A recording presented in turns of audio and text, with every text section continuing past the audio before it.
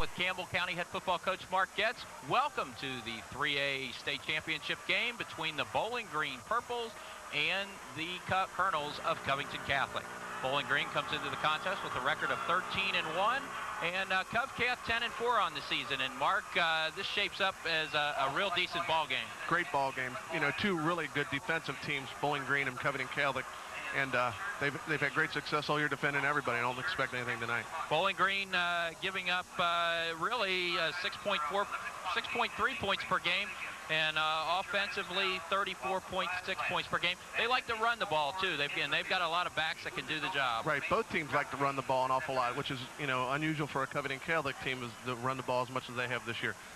Both of them are blessed with outstanding runners also. But like I said, it's two very good football teams playing here today, and two really good defensive teams. Covington Catholic coming back as defending 3A champ. Bowling Green, however, the first time that they have been in the championship game in 3A. Right, but everybody knows around the state that Bowling Green is traditionally a great football program, and they play in a pretty tough district like the Northern Kentucky district. So they're a school with a lot of tradition that just hasn't made it to this level before. So Bowling Green with one loss on the season, 16-14 to Franklin Simpson. However, they avenged that in the playoffs. Everybody in Northern Kentucky knows Covcath, of course, lost to Boone County, Beechwood, Moeller, and Connor.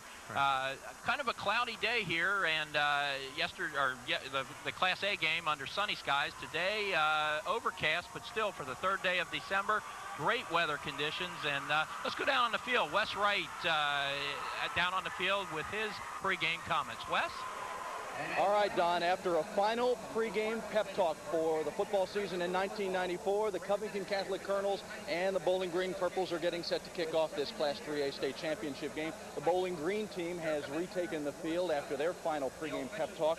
The Covington Catholic co-captains are on the field now for the toss of the coin, and we expect to see the rest of the Colonels emerging from the locker room here at the far end of Cardinal Stadium in just a few seconds. You may notice a change from yesterday. It was a crisp, sunny day for the Class A State Championship game on Friday here at Cardinal Stadium in Louisville, but today it is overcast, it is cloudy, and they've had the lights on all day here at Cardinal Stadium in Louisville, so the players on the field won't have some of the problems that they faced yesterday in the Class AA and Class A State Championship games, and that is fighting the sun, perhaps on a punt return like Beechwood's Brett Brockhoff did yesterday. He had some problems with one punt return.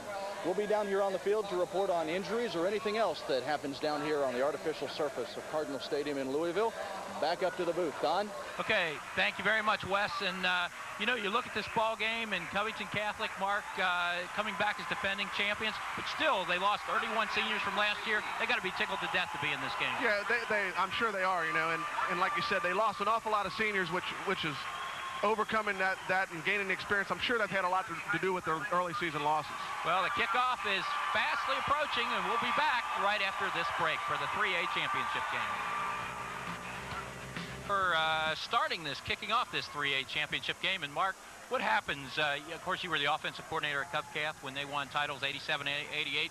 What goes through the players and the coaches' minds as we just approaching kickoff here? Well, I would imagine with the players, they understand what a big game it is and things like that. But as a coach, you just kind of do the same things you've done the previous 14 weeks and try to keep the kids focused and not change their routine. Before every game, you go over some of the things that you stressed all week, certain things that you might want to attack offensively or the kicking game or whatever. But not much changes from my experience and how coaches handle it before a big game like this. Of course, Bowling Green led in rushing by Brian Harpool, who has 1,013 yards and 147 carries for 17 touchdowns. Myron Johnson, a big kid, 143 carries for 820 yards, 18 touchdowns. And Hobie Gurley, 92 carries for 657 yards and 10 touchdowns. Again, they're a triple option team. They primarily run the football, as does Covington Catholic. And they were rated the 7th best team in the state against the pass, allowing only 42.5 passing yards per contest. For Covington Catholic, of course, quarterback Kevin Cogswell, 89 of 210 attempts passing for 1,306 yards. Of course, the Colonels led in rushing by Galen Healey. He has 267 carries for 1,856 yards and 14 touchdowns. John Dailey has carried the ball 52 times for 434 yards. Defensively, Brad Folke for Covington Catholic, 133 tackles, Matt Dusing, 76 tackles. In Covington Catholic defense, Mark, I think a big reason really why the Colonels have reached this championship game. Right. They've gotten better every week, according to Coach Ray. And I've just been comparing some scores here. You know, Bowling Green's played pretty good defense the whole year. They have a common opponent in Simon Kenton. Just to give you some idea, Simon Kenton was defeated by Bowling Green 46-8 in the first week of the season. Simon Kenton was defeated by Covington Catholic 45-14 in about the 6th or 7th week of the season. Yeah, so they match up pretty well. Yeah, match up well, and I think a lot of people expecting a close game here. And usually when you get to the championship games, you're going to have close games more than not. Luckily, the weather conditions, as Wes mentioned and we mentioned earlier, absolutely great. And we're about ready to go. Covington Catholic will receive, Bowling Green kicking off. And we've got Sean Eads back deep for Covington Catholic. Number 45 kicking off for Covington, or for Bowling Green. And we'll have to see, that is Derek Kennedy kicking off. And we're about ready to go. The 3A championship game from Cardinal Stadium. And there's the kick. It's a squibber on the ground and picked up at the 15 by 8s. That's Tom Nader. And Nader gets out to the 20, about the 24-yard line. Good coverage by Bowling Green special teams there. They were working on him before the game, so they must put an awful lot into him. And we've got Covcath offense at center, Kevin Kleem, Andy Zerhuse in the left guard, right guard Joe Schreiner, left tackle James Adams, and we'll get back to that in a minute. Covcath at the line. Kevin Cogswell hands off to Galen Healey, and he gets about 2-3 yards on that carry. We go back to the lineups. We've got left tackle James Adams, right tackle Matt Ernst, and moving along, quarterback Kevin Cogswell, fullback John Dailey, Galen Healey at running back, wide receiver Sean Oliver, and Brian Ford, and Chris Pfeiffer at tight end for the Colonels. Big welcome to our viewers in Bowling Green watching us on TKR of Bowling Green. An exciting moment for that city. A team in the playoffs or in the finals for the first time. 2nd and 8 for Covington Catholic. And another handoff to Healey, and he breaks through. A nice second effort there. Gets out to the 31-yard line. They're just running an isolation play up the middle there on Bowling Green. Bowling Green's playing a 52 defense, and that's a pretty fundamental football play. If you're going to have success against that defense, you have to establish isolating that linebacker with the fullback. And here's a look at the Bowling Green defense. We've got Jake Goodwin, Russ Miller, Myron Johnson, Derek Kennedy, linebackers Dante Sweet and Cornelius Blewett. And we'll get back to those in just a minute. 3rd and 3 for the Colonels. And Healey, Cogswell back to pass, looking. Now he decides to run, but he's knocked down by number 23, Brian Harpool, for a loss, and the Colonel's going to have to punt. Good defensive effort by Bowling Green on that first series, Mark. Great effort by Bowling Green. They mixed up their coverage a couple times. It looked like Covington Catholic came out and trips to the right side on that 3rd down play, and Bowling Green manned up on him. Great defense. Here's a look at the replay, as you can see. Pretty good protection. Then it just turns into a foot race here. Covington Catholic, Sean Oliver with the punt, and it's going to roll, bounce around a little bit, and it's down at the 43-yard line of Bowling Green. So now we'll get a chance to see the Bowling Green Purples offense for the first time today. Good, as we mentioned, good series, and Covington Catholic, of course, trying to run the ball. Maybe they tried to pass there on 3rd down, but nothing to go. Here's Bowling Green offense, center John Napier, John Paul Sherrill left guard, right guard John Rowe, Danny Ferris left tackle, right tackle Bobby Warwick. Here's a run into the line and for about 2 yards, and that was Harpool with the 2-yard gain. 2nd and 8 for the Purples. No score here, 9:20 to go in the first quarter. Here's the rest of the offense. Quarterback Ryan Wiesemann, Myron Johnson fullback, running back Brian Harpool, Delvin Colton also running back Kevin Bailey, and tight end Derek Kennedy. That's the Bowling Green Purples offense. Bowling Green checks off they call most of their plays at line of scrimmage. The coach will send in a play, and then they'll check the defense and then change the play to the right side or left side, depending on what the defense does. Wiesemann handing off to the fullback. Number 40, Myron Johnson. Changed the numbers on us before the game, and gonna make that adjustment there, Mark, I'll tell you. Right, Myron, they said he normally wears 65, but they must be running him so much in the backfield they felt like they had to change his number. Hopefully, I don't think Covcast's gonna miss him though. He's a big he stands out. man out there. 3rd and 3 for the Purples, and there Johnson goes again, and looks like he's a little short, Mark, by about a yard. Covington Catholic, they base from a 44 defense, and Bowling Green's what they call broken bone offense, and they have to establish the fullback if they want to get things going the way they like to. Any wishbone offense must establish the fullback. And Bowling Green with the decision here. It'll be interesting. It appears they're going to be going for it here on 4th down. 4th and about a full yard to go. Here's the first big play of the contest. Wiesemann, and there goes Johnson straight through, and he is pulled down at about the 36-yard line, I believe. He's a tough one, Mark. He's going to be tough to haul down. Right, he's an awfully big kid. He runs pretty low also. Covington Catholic's going to have to play low and stop him before he gets ahead of steam going. Here's Bowling Green, 1st and 10 at the 43-yard line of the Covington Catholic Colonels. And they keep giving it to him, and Johnson keeps getting the yardage down to the 30, inside the 35-yard line. Right, Bowling Green went to an I formation there, and they trapped with the fullback trap in there, and a lot of flow going one way and bringing the fullback back the other way. 8-yard gain, 2nd and 2, and for Covington Catholic, they're going to have to find a way to stop this kid, Johnson. This is their 3rd different formation in the game in the short time this game's been going on, and I'm not sure Covington Catholic expected this many formations. Here's Wiesemann, Bowling Green at the line, and they give to Johnson again. Or no, check that. That's Wiesemann on the keeper and goes to the 25 for the 1st down. And really, that's what's going to happen. Johnson getting all those yards, and they go the fake, and of course everybody in Covcast looking for Johnson to run. That's exactly what this type of offense they need to do. You got to pay attention to the fullback, and that opens things up on the perimeter. 1st and 10, Bowling Green at the Covcast 26, 6:48 to go in the 1st quarter.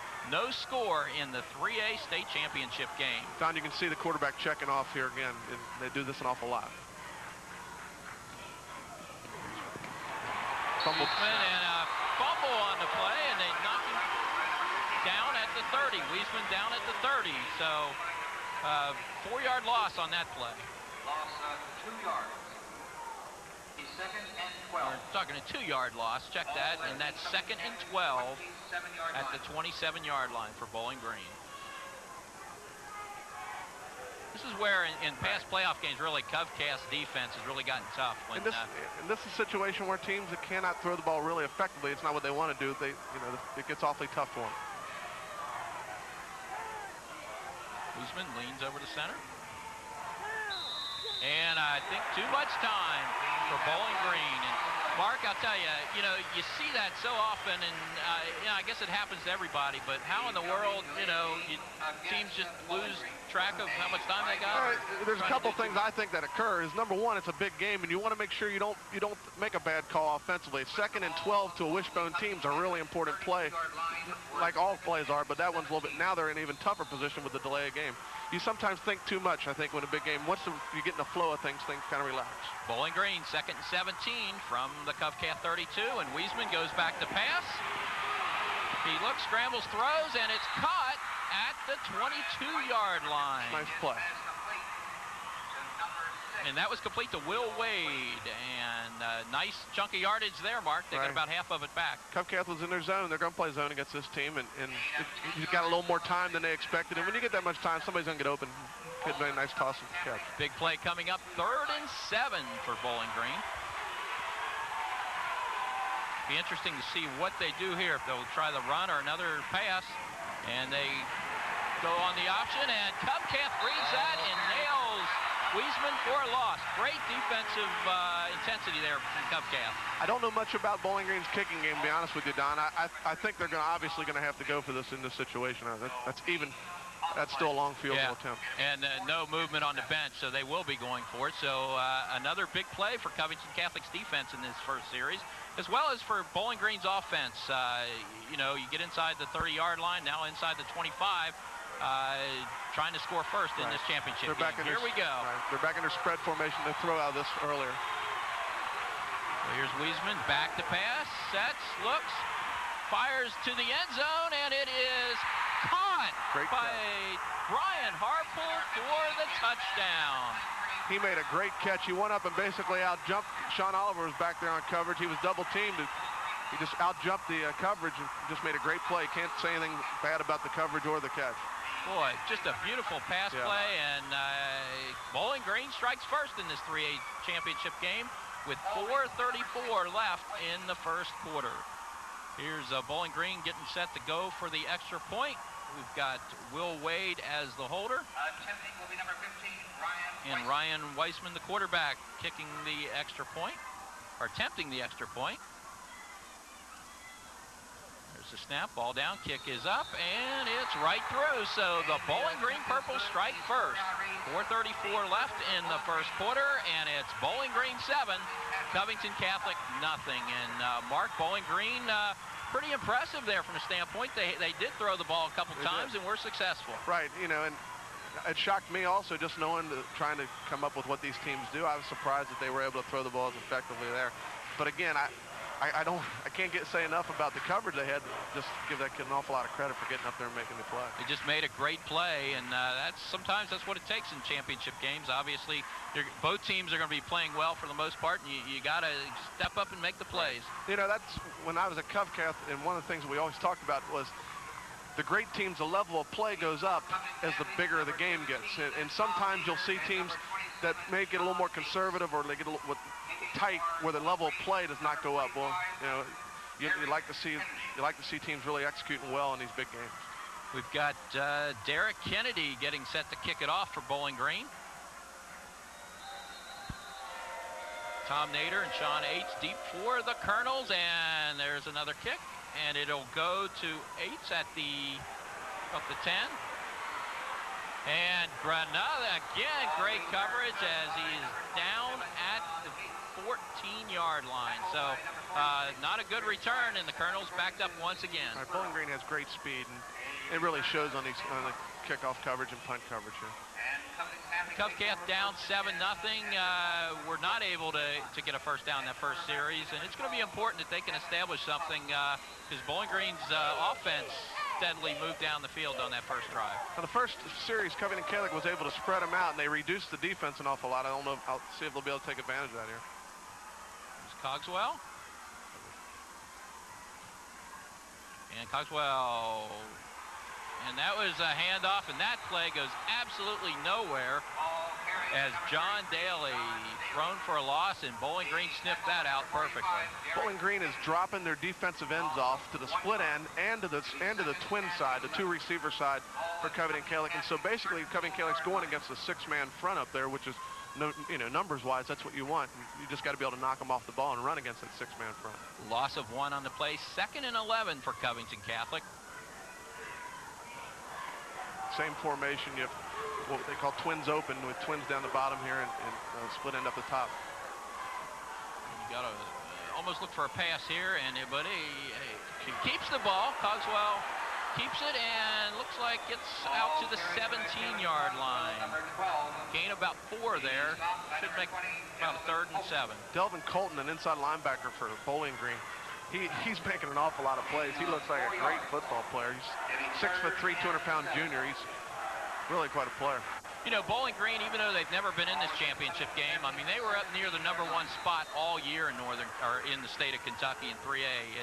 As you mentioned earlier, no surprise they've made it. Right, 3rd and 7 for Covington Catholic. Another big 3rd down. CovCath needs to get a first down here to keep the drive going. Trips to the right. Back to pass. Throwing long downfield, and he overthrows the receiver. Incomplete. And incomplete to Flesh. 4th down, and CovCath's going to punt. Playing man coverage on that's the second 3rd down play where Bowling Green's played man coverage versus that trips. And Covington Catholic's trying to mesh a little bit in there and free somebody up. They're too deep behind it, 2 deep safeties, so you can play a little bit more man under. Sean Oliver Covington Catholic Colonels. Bowling Green got to be happy with their defense. 2 series, and they've held Covcath without a first down. Here's the punt, and not a real good punt, but he gets a good roll on it, and it winds up rolling out of bounds at the Covcath 42-yard line. So again, Bowling Green, Mark, can't say enough. Field position, a big part of football, and they've had it in this first quarter. They're playing on an awful short field right now. Covington Catholic defense needing to dig in. Bowling Green, of course, sensing if they could put another score on the board, it could. Quarterback number 15, Ryan. Bowling Green back in the eye, and that's a fullback trap again. There goes Johnson again. And running for about 8 yards, and Covcath finding it hard to tackle Mr. Johnson. Here you can see, watch the right guard pull and trap right there, the 3 technique. And then when you try to tackle a kid this big, that high, it's awfully tough. Well, they gave him a gain of 9. 2nd and 1 for Bowling Green at the 33-yard line of Covington Catholic. 7-0 Purples, 2 minutes to go, and Covcath's defense wraps up the runner short. He's short of the first down. They sent the fullback away on that and came back with a little counter dive play, hoping the linebackers would be flying out of there. Brian Harpool greeted by a number of Colonel defenders on that play, and we've still got a 3rd and 1. Might have lost just a quarter of a yard or something. 3rd and, well, they're going to say he lost a yard. 3rd and 2 for Bowling Green at the Covcath 34-yard line. There goes Johnson again, and I don't know, Mark, it's close. Awfully close.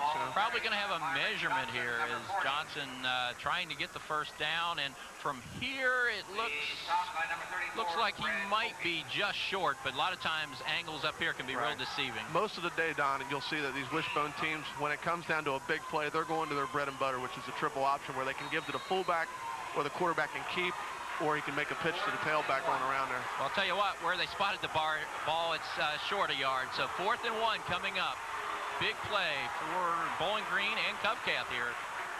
And they give the running through the line, and I believe that's Harpool running for the first down. It is, and there you go again, Mark. They're looking for Johnson to take it, and there goes Harpool. And that's the advantage you have when you have a couple of good running backs. This is the worst thing that could happen if you're Covington Catholic, is the fullback becoming this big a threat during the game.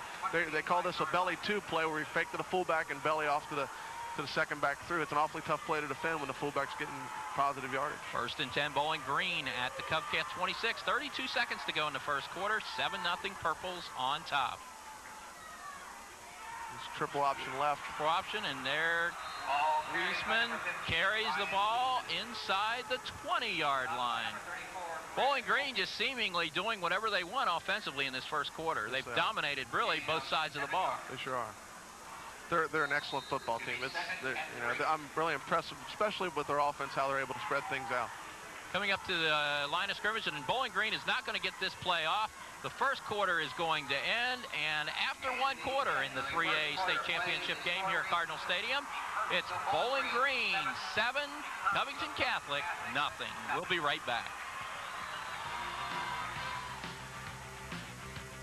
Quarter 7-0. Bowling Green, and Mark, Bowling Green has simply dominated this game through 1 quarter. They sure have. You can only defend. You try to defend everything, but when they're spreading you out like this with the ball, in other words, coming up the middle and then getting down on the perimeter, it's awfully tough to defend.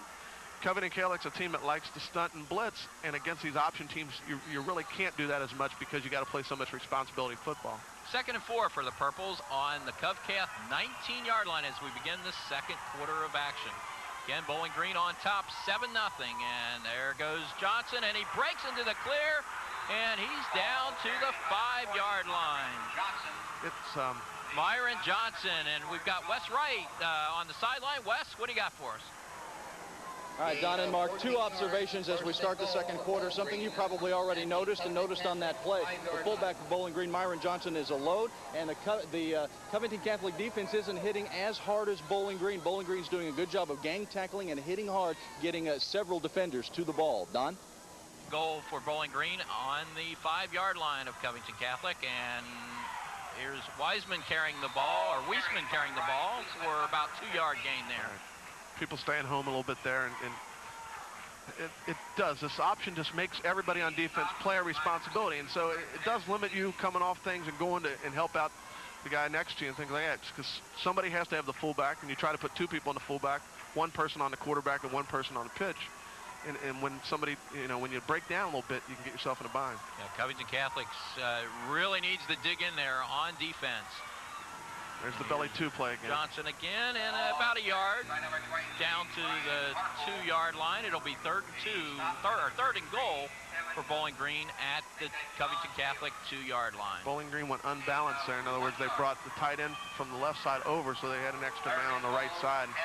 A lot of teams will just do that on goal line situations because it turns into a power down here. Third and goal from the 2-yard line as Bowling Green approaches the line of scrimmage. Same formation, Don, with the end over there. You can see that they're more unbalanced on the right side. And there's Johnson again, and the defense stops him. And he might have been no gain there, or very short gain, Mark. This is the fourth down play of the game coming up here, and they've succeeded on the previous 2 fourth down plays. Boy, this would be a big shot in the arm for Covcath if they can stop him here. They gave him a yard on that. 4th and goal from the 1. Here we go.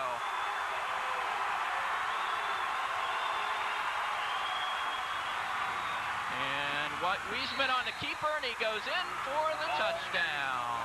Once again, they went back to their bread and butter play, and they went to the option, and they're having great success with it. Well, if you're Bowling Green, you have to feel absolutely great about this game, and Covcath, you got to be sick because the Colonels have been able to do nothing so far in this game. Well, Covington Catholic will need to control the ball a little bit offensively here this next time, but probably need to give a lot more credit to Bowling Green's offensive line than not give credit to Covington Catholic's defense.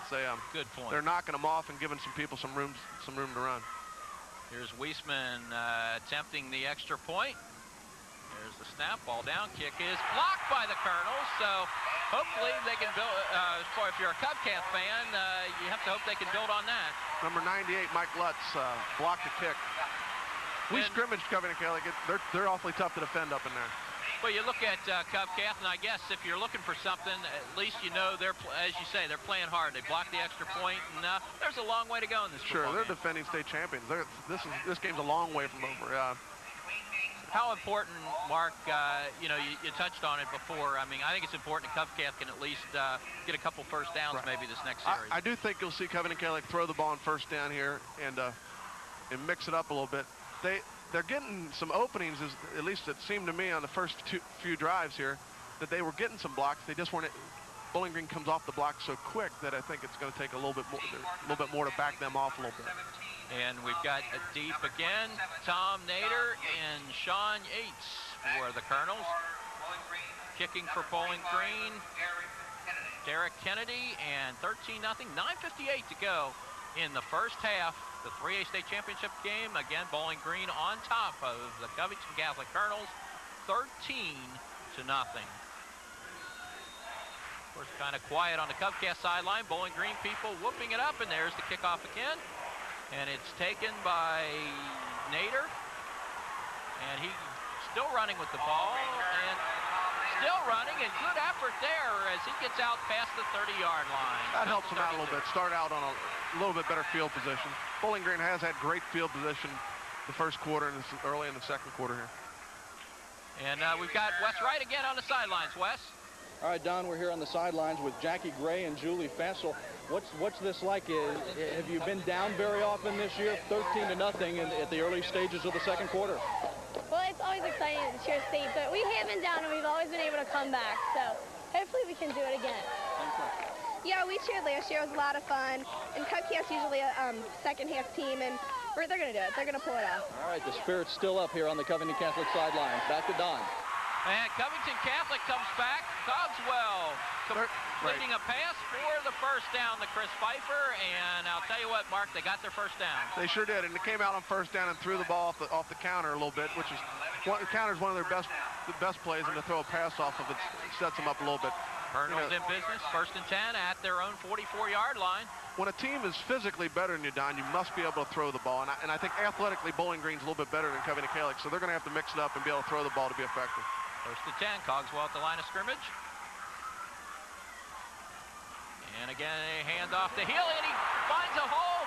Moving looking downfield inside the 40 to about the 37-yard line of Bowling Green. They ran the counter, which is what they just ran the pass off of. They faked the counter on first down on the first play of this drive, and then they came right back and ran the run play, the counter off of it. And the linebackers go flying on flow, and then he can come back under it. Great football play. Covcath offensively, especially on those two plays, looking a lot stronger as we move along here. First and 10, Covcath at the Bowling Green 37. 8:48 to go in the first half. 13-0 Bowling Green. And Cogswell hands off. And about probably very little gain by Pat Flesh. Pat Flesh is just coming off an injury. I think he broke his ankle, and just coming off that injury there, they came back with a little wing trap there, trying to get something going with the flow again. Again, you'll try to see him with the ball going one way, trying to get the linebackers flowing, and then bring the ball back. No gain at all on that play, really. Second down and 10 for the Colonels. Again at the Bowling Green, just outside the 42-yard line. Or excuse me, that's the 38-yard line of Bowling Green. Cogswell back to pass, throwing, and it's caught. Completed at the 30-yard line. Tight end coming across on the drag off of the counter action again. You know, it's awfully good play for him. Chris Pfeiffer with the catch at the 30. Here you can see it, Don. They fake the counter and again, runs the linebackers out there. The tight end is coming across that, so he's going past the linebackers as they go one way, and he should come open in there if he stops in the hole. Third down and 3 for Covington Catholic at the Bowling Green 30. 7.5 minutes to go in the first half. 13-0 Purples over the Colonels.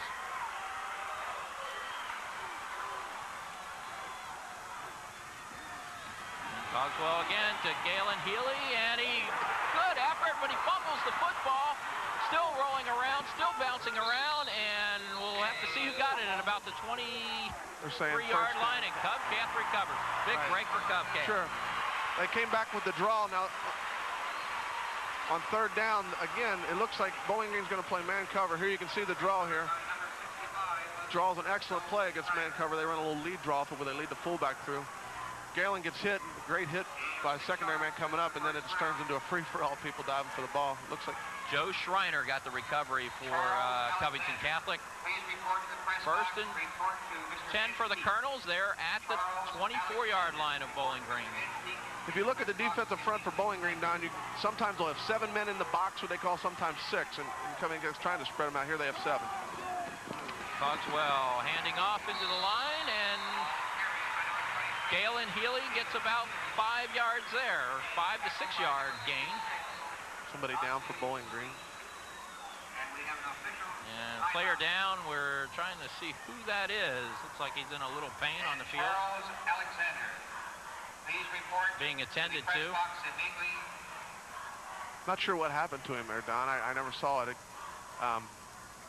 Kevin Cogswell making a living running the counter, what some people call the counter tray. The Washington Redskins made it effective back in the early 80s. Sometimes Kevin Cogswell will pull the guard and the tackle on the backside of the play, and sometimes they'll just pull the guard in trap block there. It's a really effective play, especially the counter, the way that Covington Catholic runs it, works better against well-coached teams than it does against teams that might not play as great a technique. In Bowling Green, obviously a well-coached team being where they're at. So they see people running one way, they're going to run, and then the ball coming back, you'll find it really effective. Well, still attending to the injured player, and again, we weren't able to get his number. 2nd and 5 for Covington Catholic, and he gets up, and it looks like that was number 75. And Danny Ferris. So luckily, it looks like he's okay, Mark. Might have just got the wind knocked out of him. He looks like he's going to be back. He's jogging off. So that's always good. I don't like to see any injuries in these games. 2nd and 5 for Covcath as play resumes. Colonels at the Bowling Green 19. Cogswell steps up under center. Kevin Cogswell has the end over into the Twins here. And here's Healey again. Tripped up just a little bit, probably by his own player, and gets about 3 yards. Again, Don, they have it blocked, but Bowling Green's so quick, they come off those blocks and can make those plays. It's just, Bowling Green plays great defense. This is an excellent football team, but they really did have the angles in the block, and the defensive end came underneath the fullback's block and caused the tailback to jump over. 3-yard gain. 2nd and 2. We've got 6 minutes and 10 seconds to go in the first half. Covington Catholic on top, or Covington Catholic trailing Bowling Green 13-0. Same formation with the twins into the boundary with the tight end over into the twins, so they're kind of unbalanced this way. Here's Cogswell again handing off to Healey. And looks like he got the first down, Mark, pretty easily. They might have to measure this. It's pretty close. Yeah, you're trying to see where the marker is and when, and we are going to have a measurement, first measurement of the day, and some boos on the Covcath side of the field. Some bad memories, I think, on the Covcath people here. I remember in '87 having a really close call on a measurement down here, and I know a lot of people haven't forgotten that measurement yet. It'll be an interesting measurement here, and just, you know, could be a decision from Covcath, but I got a feeling they're going to go for it even if they don't make it. And he got it. So about half a length of the football, but it's a first down for Covington Catholic at the Bowling Green 14-yard line as the drive continues for the Colonels. Again, Bowling Green with 2 touchdowns, moving out to a 13-0 lead, but Covcath on their 3rd possession of the game put together a good drive. Bowling Green playing pretty loose for not being in this game before. I thought they might be a little tentative and tight coming in, but they played an excellent first half. I think especially when you score a touchdown early on, a lot of that tightness goes away. Sure. Same formation, twins over. And here's Cogswell, fake running the ball.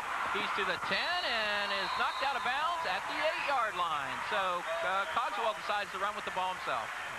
We'll make it bootleg there. I think on the play before, they ran the isolation the play before, and nobody stayed home on the backside. Here you can see it. Kevin's coming out here with nobody in front of him, so they must have saw him flying out of there. Nice play. And we've got a Bowling Green timeout with 5:26 to go. It'll be 2nd and 4 for Covington Catholic at the Bowling Green 8-yard line.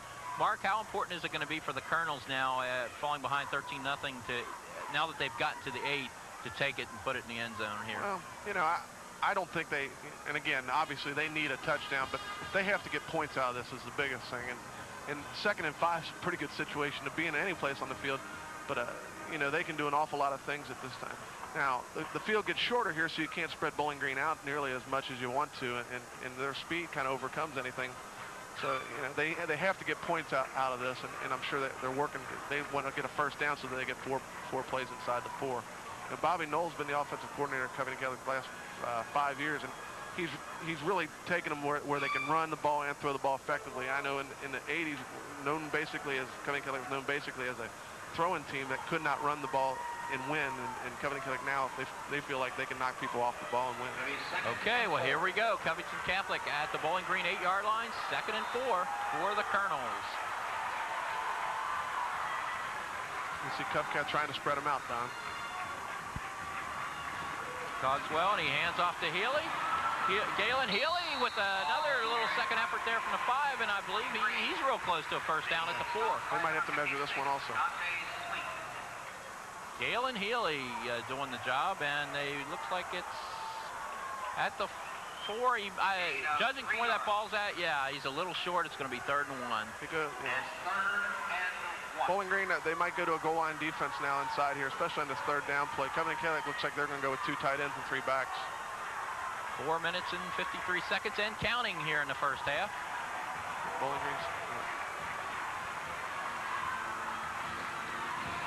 And here's Healey again, and he gets the first down and more down to the Bowling Green 1-yard line.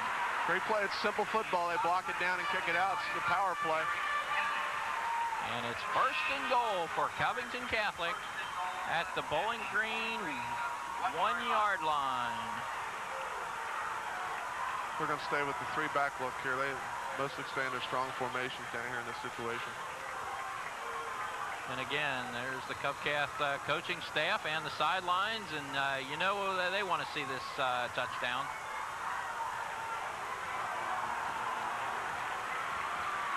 Bowling Green's blitzing.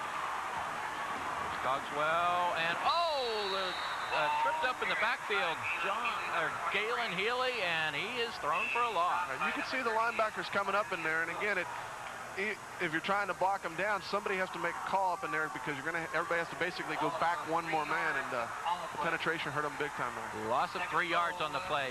2nd and goal from the 4-yard line of Bowling Green. 4 minutes to play in the first half. Again, Covcath trailing 13-0 to the Bowling Green Purples. They have a 2nd and goal from the 4.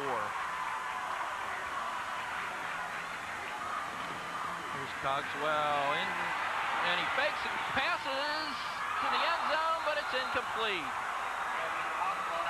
They faked the isolation play to the right there, and the quarterback came on a bootleg pass there. It looked like the left tight end ran a little delay route there and tried to outrun that man, but they'd seen that play before. Pass to Brian Erpenbeck and just didn't get to him. 3rd and goal for the Colonels at the Bowling Green 4. Yeah, you got to wonder, what do you think's coming up here, Mark? 3rd and goal, run it or another pass? You know, and this is nothing against the Bowling Green people, but I know in the past, Covcath would spread you out and try to run the draw in this situation on the goal line, but they're not going to run the draw out of the strong formation here. 3rd and goal. Here we go, and it's a big counter. Number 32 with the ball. That's Mike Cable. And it's going to be 3rd and goal at the 1. Or 4th and goal at the 1. Big decision here coming up. And what do you think Coach Lynn Ray will do, Mark? 4th and goal from the 1. He's got a lot of things he can do. Having an athlete at quarterback, you know, he can fake the ball off tackle and run the keep. He can also, you know, run a rollout with the quarterback where he has an option of passing or throwing, which is a lot of teams like to do in a 2-point situation. So, you know, you just, a lot of times then you also, when in this situation, you go to your best play. And I know I'm guilty of that as I call plays, of just, if we need 1 yard, everybody can know it, but we're going to our best play, you know. So they've gone to, looks like they're going field goal. One for the field goal. And we're going to go to Wes Wright on the sideline. And Wes, what do you got for us? Don, just a quick note from down here. I'm sure you guys have noticed already up from the booth that this drive is just what Covington Catholic needed. They were held without a first down in the first quarter, and their drive that went into the second quarter, now they have at least 4 or 5 first downs on this drive. Let's see if it results in a touchdown. We'll have to see what happens here. 4th down, Covcath lining up for a field goal attempt. 23-yard field goal attempt, and it's a fake, and he throws it, he goes in for the touchdown. It was a fake. They gave it to John Dailey, and he goes in for a touchdown. Right, Mark. they ran a little shovel pass off that. Sam White used to run that when he had the Bengals. You can see the left wing coming under, and the quarterback shoveling it under to him. And then John Dailey just does the rest on his own here. He kind of gets helped out by his own player there, but he just makes up his mind he's going to get in there. Beautiful execution on that play, and as you say, super effort by Dailey to get in. Here's the extra point attempt. Terry Farro. A little high snap, and it's blocked. Right. So we've had both teams miss an extra point attempt. Delvin Colton came in off the defensive left side, just came through clean. Now, this whole weekend of state final games, these PATs have been an adventure every time. I know in the Beechwood game yesterday, it was, you know, the going for 2 and getting punched or PATs blocked. It's never a dull moment. What a gutsy call on the fake what a field goal. big play. You know, obviously Covcath, they needed to come away, as you say, with some points. You don't come away with points there when you have 1st and goal at the 1. Right. Sometimes you start thinking, you know, what's going to happen. But 13-6, 3:23 left, Bowling Green on top. And again, a nice long drive gave the Covcath defense some time to rest, Mark. Sure. And they didn't have that the first quarter. Right, and it doesn't look like Bowling Green's, at least looking at their sideline and their players, they don't seem too shook up by anything. You know, pretty good football teams. And again, I thought Bowling Green had them defended pretty well on the shovel. It's just Dailey made a great effort to get across. I think going in, I think most people felt that this game was going to be just a close ball game, and both teams matched up real well. Right. Terry Farro kicking off for the Colonels. Whistle blows, and Farro approaches the ball. And good kick, fielded at about the 14. And a return by Brian Harpool out to the 30, about 33, 34-yard line, where it'll be 1st and 10 for Bowling Green. Well, both teams are, I'm sure, playing normally like a normal Friday night game now where everything's out of them, the state championship jitters and everything like that are out. It'll be interesting to see what happens here. First and 10 for Bowling Green at the 30, at their own 34-yard line. Wiesemann fakes the handoff and then pitches to Harpool, and Harpool gets out to the 40-yard line. I don't know if they were running this earlier, Don, but Bowling Green is loading, what we call loading on the defensive end. The man who has the quarterback, they're double teaming him off the man who they're faking the fullback, and he's starting to block the end, and they're also taking the other back and double teaming the end and trying to get the quarterback out there on the load option. 2nd and 4 for Bowling Green at their own 40-yard line. Wiesemann hands off, and gets about a yard or two. That was Delvin Colton. Again, they came back and ran the trap in there. They took the big fullback out there and put Colton in. And big play coming up here. 3rd down and 2 for Bowling Green.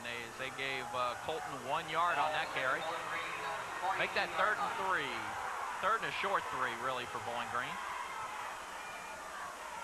And he fakes and then runs Wiesemann, and I think he might have it just from our angle. Yeah, the fullback, or either it looked like the fullback went the wrong way because the quarterback opened up the fake to him. And tailback came to the play side, so the quarterback just tucked it away and ran it. We're going to have a measurement, but really from our angle, it does look like he has the first down. 2 minutes and 1 second to go in the first half. Again, Bowling Green 13, Covington Catholic 6. The Purples jumped out, scoring on their first 2 offensive possessions to take a 13-0 lead. Covcath held to no first downs their first 2 series. Came back and put a nice drive together to score to make it 13-6. Let's see, first down. First and 10 at their own 44-yard line. First and 10 for the Purples. 2 minutes and 1 second to go again. 13-6 Bowling Green. The Bowling Green can do a couple things now. They can try to get the ball down the field in a hurry by throwing it, or they, I guess an odd team, there's the triple option again. And through the line, there goes Delvin Colton, and he gets to the 30, or to about the 50-yard line, maybe just to the Covcath side of the 50. What I was saying is before is a lot of option teams feel like that when they run the option, the triple, it's just as good as throwing a pass, so they don't need to change their attack trying to get the only problem is the clock is running a little bit more consistently than when you're throwing it. 1 minute and 28 seconds and counting in the first half. 2nd and 3 for Bowling Green on the Covcath 49-yard line.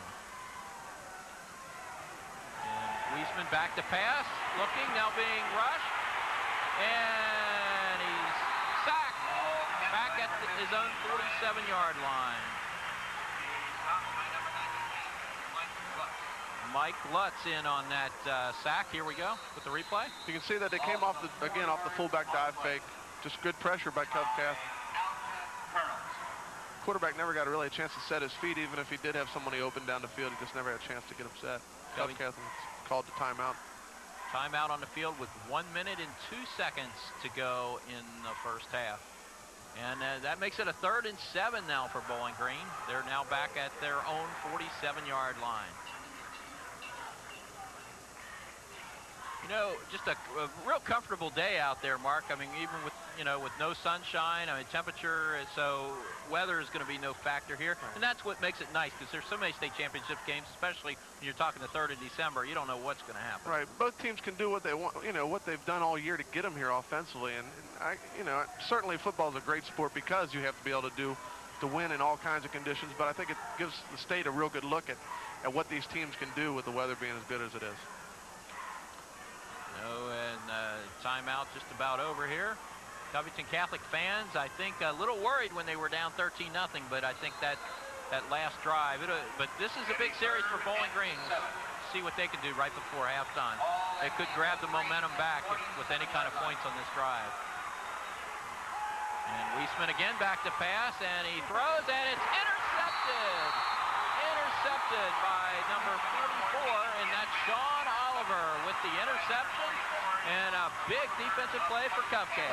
Great play by Oliver. They came off the fullback fake again, and as you'll see here, they faked the fullback that should they hope into the secondary, and everybody comes up. The wide receiver, he ran a post to the corner, trying to get the corner, Sean Oliver, go to the post with him, but he read it great. Covington in business. 1st and 10 at their own 41. Cogswell back to pass. Looking, firing downfield, and it's caught for the first down. At the Bowling Green, or it's incomplete, I'm sorry. He was bobbling as he went out of bounds, Don. He just never grabbed complete possession of it. 2nd and 10 for Covington. 42 seconds to go here in the first half. It is 2nd and 10. The ball remains in the Covington, of course, with this field position, Mark, you got to try for something. Sure. Cogswell again back to pass. Good protection. And he's going to run with it. And he gets out of bounds at the 50. That's what he needed to do. Right. Number 12. The stop by Derek Kennedy, number 45. Covington Catholics always run that spread formation, and they're always going to be able to throw the ball as long as Coach Ray is there. And again, this year they haven't thrown the ball as well as they have in years past, but Kevin more than makes up, the quarterback makes up for it with his mobility like that, you can see there. 3rd and a long one for the Colonels, right on the 50-yard line. 34 seconds to go in the first half. Cogswell again back to pass. Throws wide open, and it's caught by Oliver at the 35-yard line of Bowling Green. Just a beautiful pass, and Oliver was wide open. Bowling Green plays a 2-deep zone, which gives them 5 men underneath in a short zone, 2 men real deep. Well, what you try to do is as you can see here, you'll try to get somebody to behind the linebacker squatting in the flat and in front of the safety before he can get over there and make the play. 1st and 10, Covington Catholic at the Bowling Green 35. 29 seconds to go in the first half. Staying in the 2-deep zone, you can look for somebody going down the middle. Cogswell looking, now being rushed, and he's hauled down at the 39-yard line and calls a timeout with 21 seconds left in the first half. On this 2-deep zone, it's real effective against teams like Covington Catholic that like to throw the ball on a 3-step drop, you know, and that's why their teams will play it. They'll put somebody in those short zones. Well, wait. Okay, well, we're going to pause for this message. We'll be right back after this. Click with a 2nd and 13 at the Bowling Green 38. Cogswell back to pass. He throws, and it's incomplete. Trying to get number 26, Pat Flesh, going up on the wheel route, coming on the line pattern toward the bench and going up. And it's good coverage by Bowling Green. 3rd and 13 for Covcath at the 38. Now 16 seconds to go in the first half. Bowling Green's got some kids that can really run in their secondary. They play real good pass defense. Cogswell. And again, he goes back to pass, looking, firing downfield, and it is caught by Oliver at the 22-yard line of Bowling Green. 10 seconds left on the clock. Great throw and catch. I'm not sure if he got out of bounds or not, but I don't believe so. They need to get set and just spike it. Run a clock play here. Just get the ball out of bounds. A clock play. 10 seconds. The referee haven't started the clock yet. They have to reset the chains, and then they'll be set. Clock rolling. 10, and he throws it out of bounds, and we've got 6 seconds to go. They've got about one play here, Mark. That's about it. Well, they can do, or they have to make a decision whether they feel like they can still get the field goal off if they do run a play here. They're going for the field goal now. Great throw and catch on the previous play. Oliver went up and made a really good catch against good coverage also. Again, Bowling Green playing that man defense on 3rd down. And the Purples are going to call a timeout. And again, Terry Farro out to try what's going to be a 43-yard field goal, or 40-yard field goal. That's right. You look at Covington Catholic, and boy, 40 yards in high school. That's what kind of leg you think? You think he can? For Doug Pelfrey, that's no chip shot. I'm telling you. Yeah. This is a stride that's really come on in all high school ball, especially in Kentucky, is the kicking game over the last 8 or 9 years. Almost everybody has somebody that can kick a field goal and is consistent with PATs. Although in this situation, I mean, Lynn Ray's got to feel like if he can't, if Farro cannot, is not capable of doing this, they're going to throw it to the end zone. You have nothing to lose, but obviously we don't know what's coming up. He's got the wind at his back, but with Coach Ray, you're right. You never know. You just don't know. We'll just have to watch and see like everybody else. But he does have the wind with him. At least it's coming out the open end, but the flags on the other end are blowing right at him. And this would be a big field goal if he could nail this. 40 yards, Terry Farro. Kevin Cogswell attempted Terry Farro, number 3. Ball down, snap, and the kick is up. Got the leg. And he's got the distance, and it's good. 40-yard field goal by Terry Farro. 2 seconds left on the clock. And it's Bowling Green 13, Covington Catholic 9. And boy, that Farro field goal will really fire up the Colonels going to the locker room. Yeah, they'll go in the locker room with a little bit more positive attitude than they had before. 40 yards, and obviously he did have the leg, Mark. Sure, he made it would have gone 50, I think. Had the distance. Let's go down to Wes Wright on the sideline, see what he has. Wes? Don, just a quick note on the field goal by Terry Farro. I believe that was a 39-yarder, and that really comes as no surprise to the folks on the Covington Catholic sidelines. In the pregame warm-ups here, he was hitting them from the 25-yard line. When you add the 10 yards, that is, back to the goalpost, that's 39, and he was clearing the crossbar by at least 10 yards before the game. So if need be later in the game, perhaps Farro could hit a longer field goal if Covington Catholic needs it later. 2 seconds left in the first half, back upstairs. You, Wes, and as you said, Mark, that might have been good from 50. He had plenty of distance. Plenty of leg. 2 seconds left. I guess expect a onside kick or a squib or something here, Mark. Sure, a squib. Just something where they get the clock running, but no chance of return. Covington Catholic down 4. And there you see the squib kick. And still loose. Falling on at the 30, and time runs out in the first half. So that's the end of the first half. Our halftime score, the Bowling Green Purples 13, the Covington Catholic Colonels 9. We'll be back with our halftime show right after this.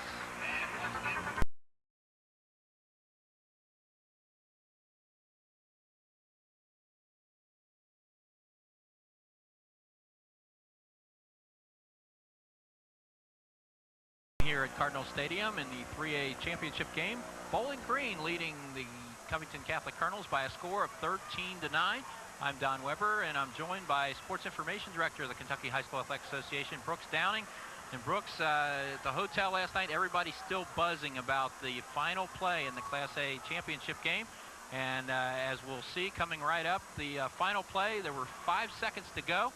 Beechwood seemingly running out the clock. Greg Herget running back into the end zone, and he looked to kill the rest of the time. The clock struck 4 zeros, and apparently hearing a referee's whistle, looking around, throws the ball in the air. Player from Murray in the end zone, able to catch it for a touchdown. A lot of confusion after that game. Folks from Murray were saying that they felt it should have been a touchdown. People from Beechwood saying no, the referee's whistle blew, it should have been a safety. And to clear everything up, we've got Brooks Downing here. Brooks, what's the official word on that last play? Well, the official word, it was kind of a mistake by the official. He thought the young man had run out of bounds, which would have killed the clock, and that's why he blew his whistle. And of course, the quarterback, it appeared from the replay, reacted to the whistle by tossing the ball up. He thought he had done his job and taken the safety, and that was the game. But as you know, the football rules say you complete the last play. It must be down by rule, either out of bounds or he takes a knee or something to that fact, gets tackled. In that situation, when he heard the whistle, he threw it up. So it boils down to you have an inadvertent whistle. And unfortunately, the official just went ahead and said, well, I thought he was out of bounds, called a safety. And of course, the victory went to Beechwood. Guess you can't blame the Murray people to be upset when you really look at the whole play on the replay where he was clearly in the end zone. That's right. I mean, it was such a well-played ball game. Both teams, one of the better games we've had in quite a while in state championship football. And to come down and end on a sour note like that was unfortunate. You hear people talk about protests. Murray's going to protest the game in that, and really there is no such thing, I guess. That's right. KHSA bylaw number 13 says that protest against the decision of contest officials will not be considered. And that simply puts it's up to the officials to call the ball game as they see it. They're down there on the field, and they're going to make a mistake. I mean, that's the human nature of the ball game, and unfortunately, it had to end on that sour note. As you say, a confusing situation afterwards. You had Beechwood players celebrating, then you had Murray players celebrating, and there was for a minute there the officials conferring. I mean, it was kind of crazy down there. Right. Actually, it should have boiled down to two things. You had an inadvertent whistle, and it comes down to two options. You can take the results of the play when the whistle sounded, which Hergott had the ball in the end zone, or you can replay the down. And if that had been carried out, Beechwood would have taken the safety. Well, Brooks, thanks a lot. You did a great job arranging the weather for this weekend for this the state finals. Well, thanks so much, and we appreciate your all support from Northern Kentucky. All right, we'll be back with the kickoff and the start of the second half between Bowling Green and Covington Catholic right after this.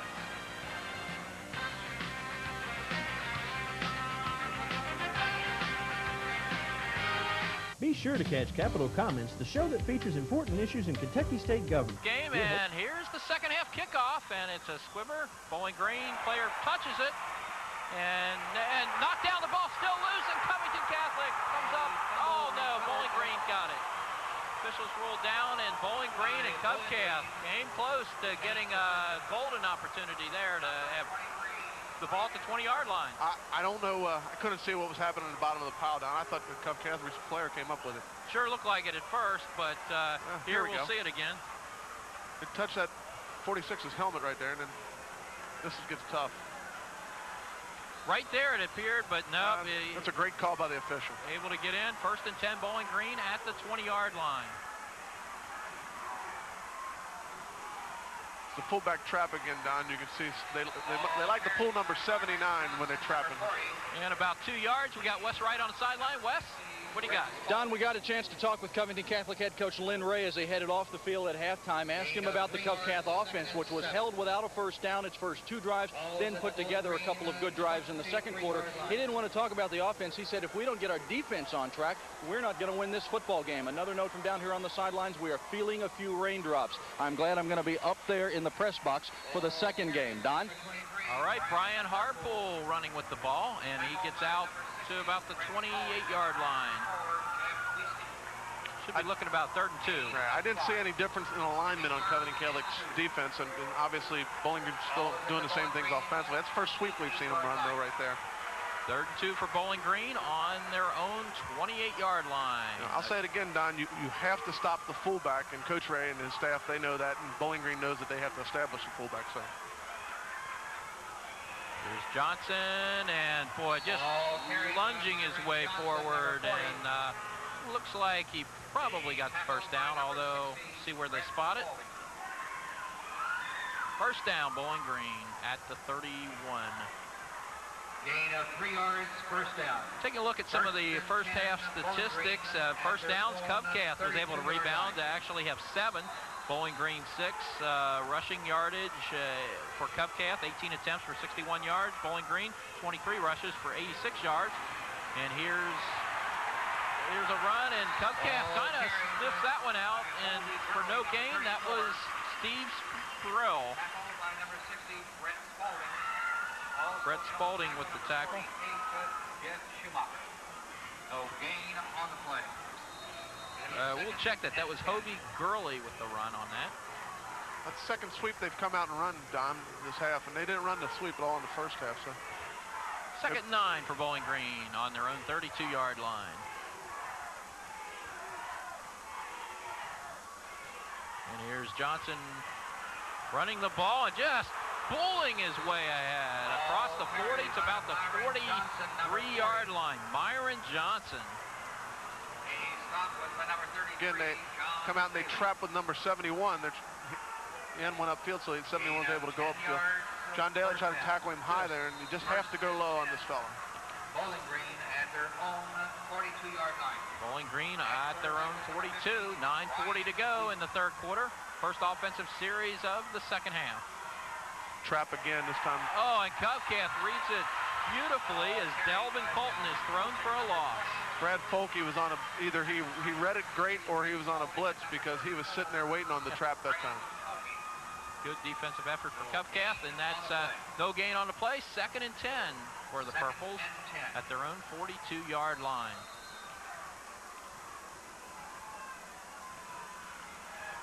See, and looking at the statistics, time of possession, pretty even. Bowling Green, 12 minutes, 12 seconds. Covcath, 11:48. 2nd and 10, Bowling Green. And Wiesemann trying to run, and very little gain on that play, maybe a yard. Coming out just doing basically the same things they had success with in the first quarter there, running the triple. Looked like the quarterback and the fullback missed their mesh point where they like the mesh to make that read there, and the quarterback had to follow the fullback on through. 3rd down and 8 for Bowling Green at their own 44. There you can see it there where fullback looked like they had a bad mesh. Here's Wiesemann, and back to pass. And he's going long downfield, and it is caught. Caught at the 37-yard line. And that was Kevin Dailey with the reception as Bowling Green on the move once again. Nice play again. They isolated the receiver on number 44, Sean Oliver, and threw the ball back against the grain. It's a tough play to defend. The ball had to be right. That's the only place it could have been thrown for completion. Bowling Green stepping up the line of scrimmage. Wiesemann, and there's Harpool again, and he gets down to the 30. Bowling Green looking a lot like they did at the start of the first half, Mark. Somebody made a decision at halftime, though, to get out on the corner quickly with sweeps and quick pitches rather than running the option and getting it out there. So that looks like the adjustment they've made. 7-yard gain on the carry. 2nd and 3 for Bowling Green, just inside the Covcath 30. There's a sweep again. Again, Harpool down to the 25-yard line, and it's 1st down for Bowling Green at the 25. The only thing I can think of, Don, is Coach Healey just figured that Covington Catholic was able to recover on the option where they were. Here you can see they're trying to run the sweep where the ball gets out on the corner much quicker with the sweep and the quick pitch than it does the option where the pursuit doesn't get you as much. 1st and 10 at the 25. Wiesemann pitches back to Harpool, and about 2 to 3 yard gain on the play. That should be about 2nd and 7 for Bowling Green. 2nd and 8, make that a 2-yard gain. Mike Lutz made a lot of penetration on that play, but it works out a lot. When you make penetration one spot, the ball ends up going outside there, and he chased it down. Under 7 minutes to play here in the 3rd quarter. Bowling Green leading Covcath 13-9. And here's Wiesemann again with the carry, and he gets down to about the 13-yard line.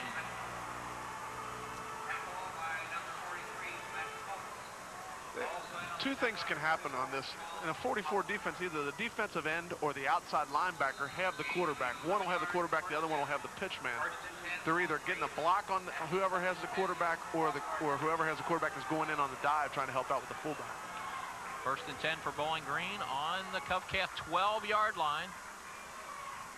And there goes Johnson into the line for about a 3-yard gain. And it should be about 2nd and 7. Bowling Green, impressive drive here. They've had the ball approaching 6 minutes here, over about half of the 3rd quarter already. Right. They're running the fullback out a little bit wider than normal on triple, and that gives great angles for the offensive tackle to come down on the inside linebacker who's supposed to be tackling fullback. 2nd and 7 for the Purples. There goes Johnson again, and we're working his way to the 3-yard line. I think he might be just short of the 1st down, although it'll be interesting where they spot it. Kevin Kelly have to go to a goal line defense now. And they're 3rd and 1 now for Bowling Green as they officially put the ball on the 3.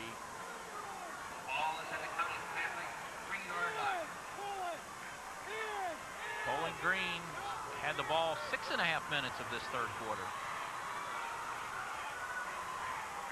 And Wiesemann decides to take it in himself, and he does for the touchdown. Real impressive drive to start the 2nd half by the Bowling Green Purples. Yeah, great drive. They mixed up their option with, here you can see the triple option here.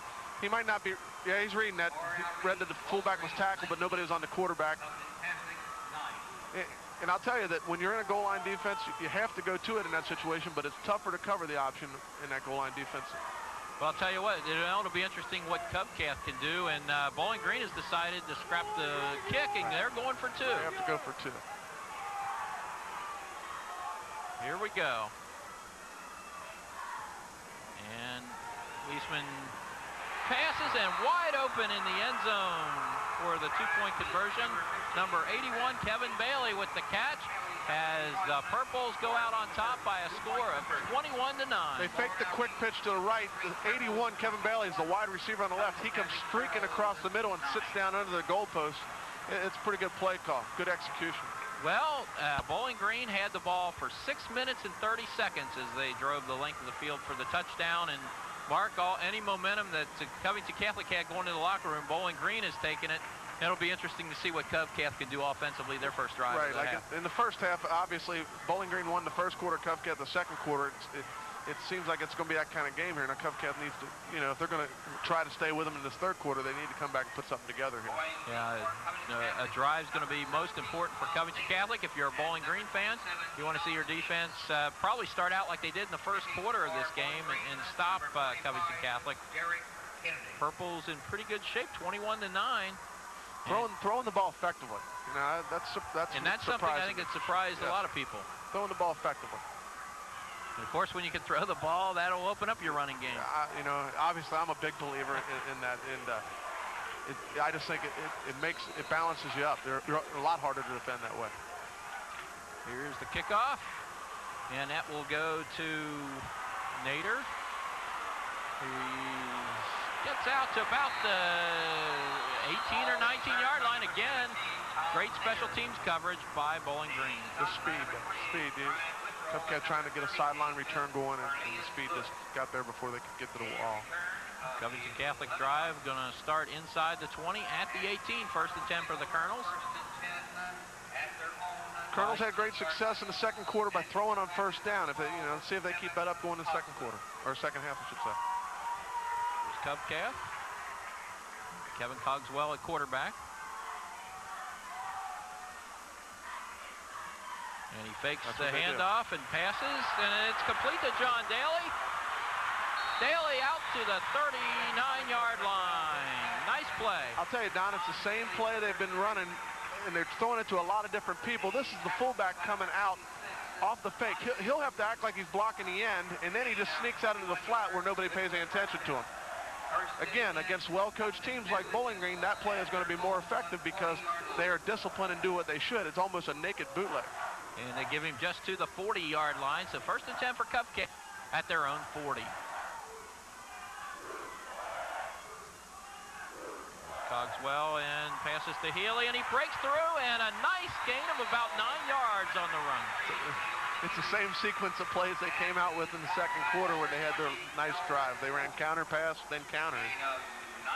Well, at least the first couple plays here in this third quarter, Covcath looking strong offensively, moving the football effectively. They are. They have some good offensive linemen. They're not the dominant offensive linemen like they've had in years past, but they've got some really good offensive linemen that can move some folk around. Clock running, 2nd and 1 for Covcath. 4 minutes and 10 seconds to go in the third quarter. 21-9. They have Bowling 5 men in the box. Bowling Green has 3 down linemen and 2 linebackers. So they ran right at it. And there goes Healey again, and he's to the Bowling Green 38. This is not brain surgery football. You put, as long as they keep putting men out on the trips to both sides, they reduce the defense, and now you only have to block 5. You've got 7 to block 5, or even 6 to block 5 here. All you got to do is get a body on them and keep a body on them. You can see how they're playing man cover, and the receivers are running them off. All the way into the 38-yard line. So the Colonels with a drive of their own to start the second half. They're at the Bowling Green 38, 1st and 10. Same formation the other way. They have. And we've got officials blowing whistles and Bowling Green timeout. They really needed to call a timeout there, Don. They were having a hard time adjusting to the trips. Like I said, it's when they put trips out, if they go man, they can run many defenders off, and then they just have to keep a body on them, and the runner can run to daylight. So 3 minutes and 42 seconds to go in the third quarter. Bowling Green on top of Covington Catholic 21-9. And Mark, 21-9, 3:42. You look at Covcath, I got to feel it's going to be important for them to come away with points with this drive. Sure, they know what they have to do here. They cannot let Bowling Green get away from them a little bit, because Bowling Green can, with the big fullback, can control the clock on them. And there's only 3:42 left here in the third quarter, and it's flying by. And so they really need to make sure they get something out of this drive, because again, Bowling Green can control the ball. Well, you look at it, and even a field goal, and that was a big two-point conversion play by Bowling Green because, yeah, a field goal, Covcath would still need 2 possessions to take the lead on. Here we go, 1st and 10. There's the adjustment they made to the trips. They're only covering the trips receivers with basically two defenders. So now they have 6 men still in the box there, and it's 5 on 6. Here's Healy again running, and again down to the 30-yard line. Galen Healey putting on a show in this drive. Great Gain effort. of 8. Great effort by Galen there. That'll make it 2nd and 2 for Covcath. Galen's really small, and I'll tell you, this Bowling Green defense, they're awfully good. And he just gets this. He got a little seam, and he went through it. And Bowling Green, they'll stick. 2nd and 2. Yeah, good job of hanging on to the ball. It appeared some of those Bowling Green defenders trying to strip it away, but Galen wasn't having any of it. Okay. Again, they're covering the trips with only 2 now, and that helps them. That helps them inside. And Cogswell again back to pass. Now he's going to run, and down. Might have gained a yard or more than likely really no gain on that play. If Kevin could have held on to it just a second longer, Sean Oliver was open coming under on the square end, coming under the defense, but he felt like he had to pull it down. It must have felt a little pressure coming from the outside.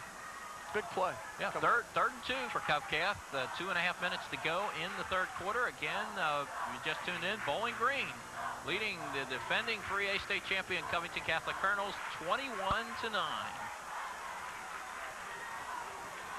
Manned up like on every 3rd down they have this year. And we've got flags and a delay of game against Covcath, and not a good time for that, Mark. No, it's not. There's no good time when for is there? That's what I was going to say. You know, but there are less opportune times, and this is one of them. And instead of 3rd and 2, we're looking now at a 3rd and 7, and of course, a situation like that, you've probably got to change the play you've just called. Right. Well, they you can look for him to throw the ball to number 44 here, Sean Oliver. That's who they've tried to go to earlier. Now, on 3rd down, every time, Bowling Green's been in man cover. And again, you can watch for Covington Catholic. Look for Oliver and trips down here on the bottom of your screen to be coming across the field. And here's Cogswell back to pass, and he's going to run with the ball. He's at the 30, the 25, the 20, and inside the 20 to the 19. That's a great call, Don. And let me tell you why. And again, it's a simple game. They're playing man cover on 3rd down. Nobody has the quarterback, so they run a quarterback draw, and Bobby Nolan, Tim Hobbs calling the plays together here. Just a great call. 15 yards, 1st down. Great gain of 15 yards, and just inside the 20 at the 19. Bowling Green, Covcath, and we're at the 2-minute mark of the 3rd quarter. So each team with long drives here in the 3rd period of action. Cogswell gives to Galen Healey, and Healey gets about 3 yards down to the 16, 17-yard line. They came back with the counter again, and number 99, Robbie Wood, got good penetration. That's how you can stop that counter. Get a little penetration where nobody can pull, where they have to run around you to get to the point of attack. 2nd down and 7 yards to go at the Bowling Green 17-yard line. Only a minute and a half to go here in the 3rd quarter. At the Bowling Green 17-yard line. Colonels march up to the line.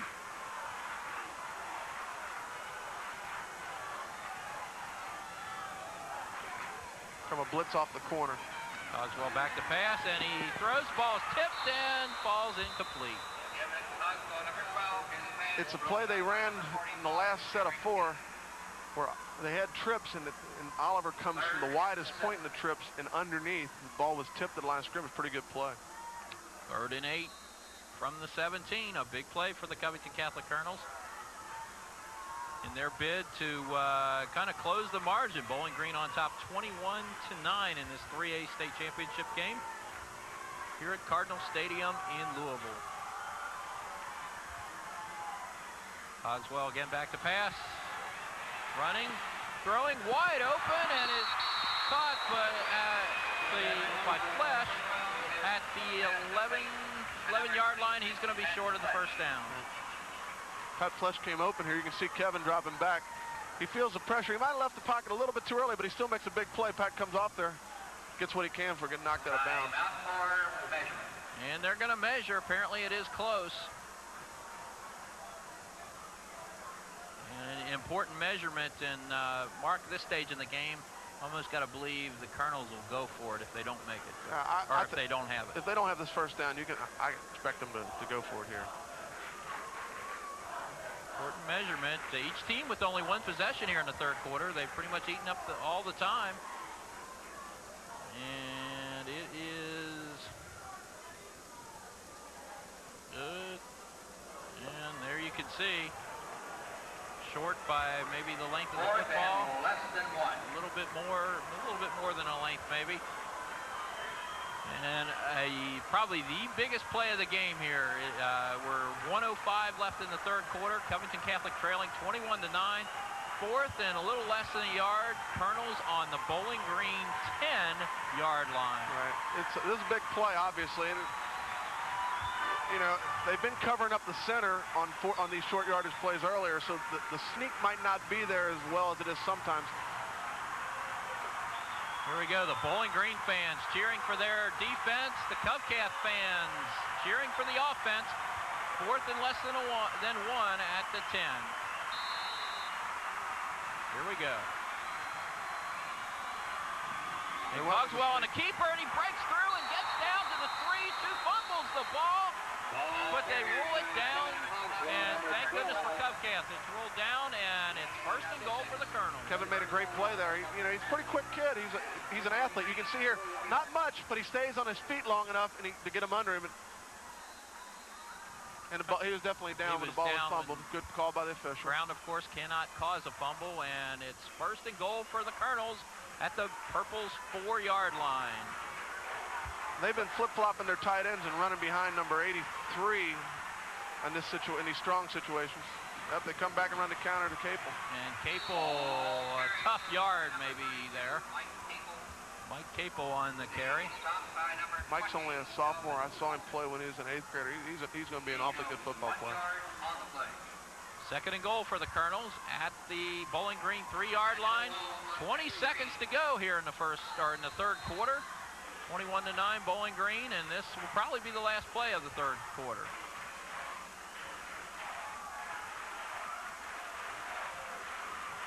Covcath to the line.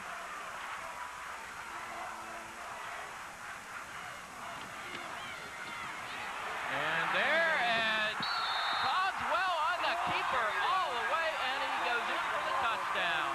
They ran the same action with Kevin just keeping the ball coming off that fake, you know. And again, it goes back. When you have an athlete at quarterback, you can do a lot of things. You can see that's the same action they ran on first down. He just keeps it, and there's nobody out in front of him blocking, so it's a naked play. And that was the final play of the third quarter. Covington Catholic lining up for the extra point. Mark, one possession each in that third quarter, and they both resulted in touchdowns. That's ball control football. Covcath trying the extra point, and there's a pitch, and he pitched to Dailey. He goes in for it, and we're going to see, you never know what you're going to see with Lynn Ray. Right, they work this muddle huddle all year. A lot of teams work muddle huddle on PAT, and they just count. If they don't feel like the team's covering up very well, they can snap. There's about 5 different options you can use on this, and they work on them a lot. That's the end of the third quarter. The score, Bowling Green 21, Covington Catholic 17. We'll be back.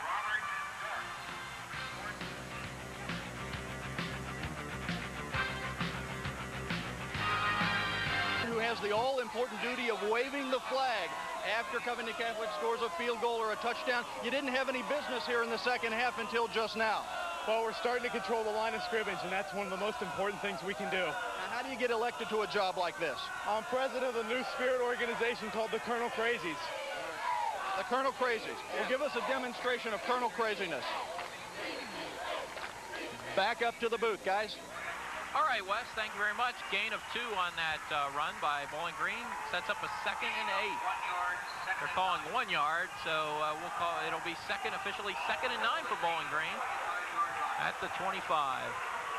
The Covington Catholic 2 platoons, they have just a few players that play both sides of the ball, so the fourth quarter could, if it turns into a game of attrition, Covington Catholic will be fresher. There's big Myron Johnson again.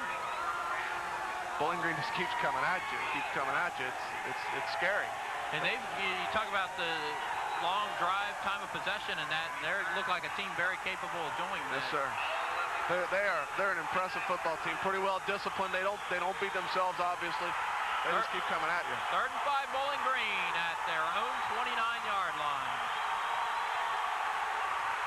Wiesemann back to pass, fires and completes the pass for the first down to Covey Gurley. Again, it's the only place the ball could have been thrown for completion because John Dailey has him covered pretty well. I'll tell you, Ryan's really having a great day throwing the ball. Really a great day. And a first down for Bowling Green. They're at their own 35-yard line. 10:40 left in this 3A State Championship game. The Purples ahead 21-17. And there's Harpool, I believe, stuffed for a very short gain, if any, at the line of scrimmage. Good defensive pursuit there. Right, Brad Folke and Matt Duzing have been Covington Catholic stalwarts these last few weeks since the playoffs started playing defense. They have really taken their game up defensively. The isolation play against Covington Catholic is not a great play, at least not a Brad Folke. Give them 1 on the carry. 2nd and 9 for Bowling Green at their own 36. Wiesemann rolling, and he is hauled under by Covington Catholic for the sack. Artie Steinmetz was the first to get his hands on the quarterback.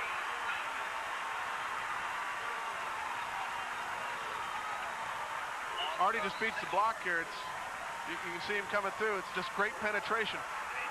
Covington Catholic in their defensive scheme, they don't ask their defensive tackles to do much other than cause havoc in the backfield, and they do a great job of it. Ronnie Beard, who I've known for an awful long time, he coaches those tackles, and they do get up the field. They're big kids that are very quick. 3rd and 15 for Bowling Green on their 30. Cubcats fans standing and cheering. So is Bowling Green. Back to pass. Wiesemann firing a long pass, overthrows it out of bounds, incomplete. 4th down, and the Cubcats defense has held. And they just try to outrun the corner there, and again, against a 3-deep zone, it's kind of tough to outrun that corner. Well, Cubcats got to feel good after Bowling Green was able to hold on to the ball and score that first series. Come out in the second, Cubcats able to hold them. Is this the first time they've punted today, Don? I don't remember. I believe it is. Mark and Nader with the ball, and he's down at the 36-yard line. That's just great speed on special teams. I tell you, you can't. When you have it, you just you turn them loose, and Bowling Green lets them follow that, cover that field. Cubcats though with decent field position to start this drive. Yeah, they do. 9 minutes and 9 seconds to go. Bowling Green on top, 21-17 in the 3A State Championship game here at Cardinal Stadium. Cubcats probably going to have to call a timeout here. And they're going to have to get this play off quick. And they do as Cogswell hands to Galen Healey, and he steps over a pile and gets 2-3 yards on the carry. All right, again, putting twins to the wide side of the field and bringing the tight end over, it causes an unbalance in the front, and so the defense has to make a decision. Are they going to bring an extra man over, or are they going to stay balanced up with him? Just inside the 40-yard line for the Colonels. 2nd down and 6. Clock running, 8:20 left in the contest.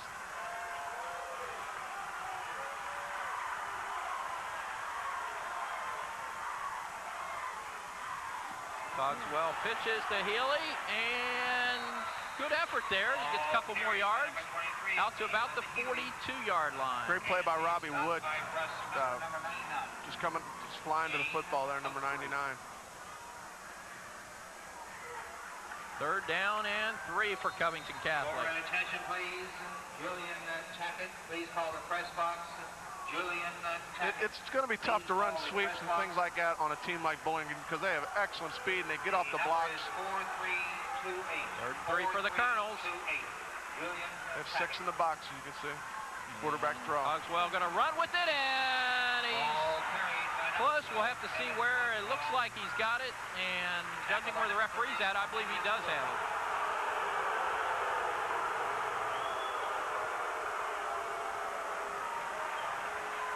for the first down. And he does. First down for Covington Catholic at their own, or 46-yard line. They went back to the quarterback draw. When you get the man cover again, nobody's responsible for the quarterback is man-to-man, and so it's a smart call, and you just got to get a body on them up front.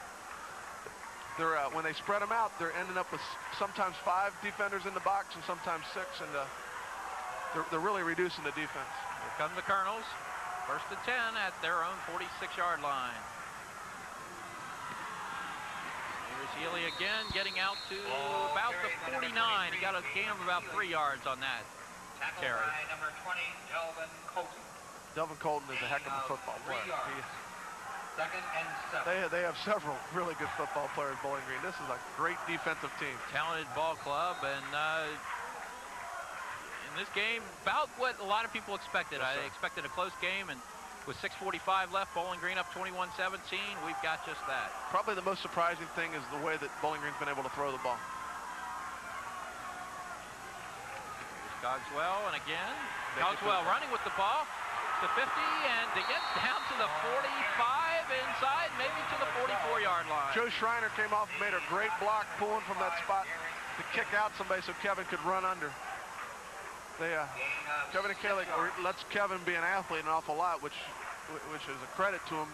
They'll run a lot of naked bootlegs and things like that just let Kevin make his fake and run to daylight. Well, a 3rd and 1 here for Covington Catholic at the Bowling Green 45. 6 minutes to go in the championship game. Bowling Green leading 21-17.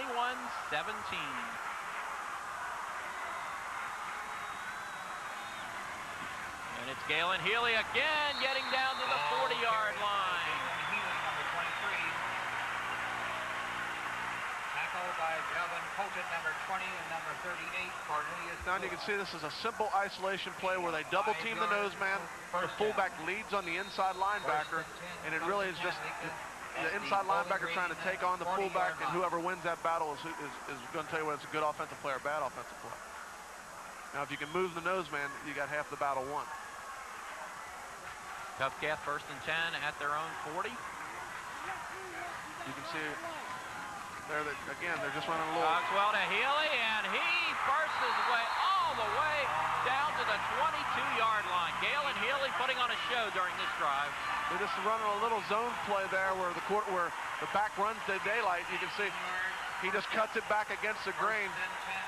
Bowling Green had 5 men inside the box. They seem really, I hate to say it, but a little bit confused on alignment defensively right now. And they've just called a timeout, Mark. So Covcath on the 21-yard line. We've got 5 minutes and 21 seconds left in this 3A state championship game. Bowling Green on top of Covcath 21-9. And Mark, you look at it, this is only the 2nd possession of the half for Covcath, and Bowling Green had 2 possessions. So we're more than halfway through the 4th quarter. Still only 2 possessions on each side. That just means both lines are doing a pretty good job offensively. And is that Bob Euchre up there? Back front row. Bob Euchre seats for 3 fans here at Cardinal Stadium. There you can see the Covcath brain trust. Coach Ray does not call the offense. He has a lot of input on the offense. Bobby Knoll and Tim Hobbs have been together for an awful long time. Bobby's a Covcath grad. They've stuck together and they work together calling the offense. Yeah, we've also got another Covcath grad right up here. Yeah, we do. Isn't that right, Mark? I was played on Coach Ray's first team. I was his quarterback. We went 0-10 the first year with me as a quarterback. The second year we really improved. We went 1-10 as me as quarterback. When I graduated, things turned around. Well, you guys didn't even have a home field, did you? Not for a long time. When I was there, we did not. We used to go down to Ludlow. First and 10, Covington Catholic at the 21. And running, there's Healey again, spinning his way down to about the 7-yard line. Galen Healey, a nice run, and 14 more yards. Again, it's the isolation play to the open side, of the weak side. They've been running it to the tight end side. Galen makes a great run, but again, the right guard, center are moving the nose man, then the fullback is basically getting to the linebacker before he can come up and make a play. First and goal for Covington Catholic. 5 minutes to go in the game. I'd look for them to run it again, and they do. And there's Healey again, and he gets down to the 2-yard line. I'll tell you, Don, they've got something going here. It's pretty good. The defensive tackle for Bowling Green is playing outside of the offensive tackle, so they're just turning him out, and then it's a natural lane they're running through there on the open side. Second and goal for Covcath at the 2. Again, 4.5 minutes to go, and the clock rolling in the fourth quarter. Bowling Green on top, 21-17.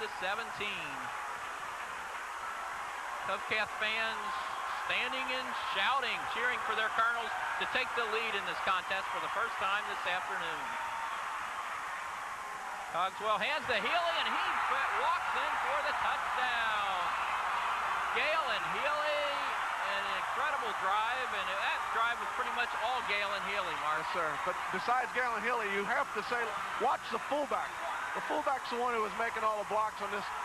Galen was running great, but I'll tell you what, John Dailey is going up in there, and he's beating the linebacker to the line of scrimmage. That is a simple isolation play, maybe the simplest play in football, and they're just taking it at him.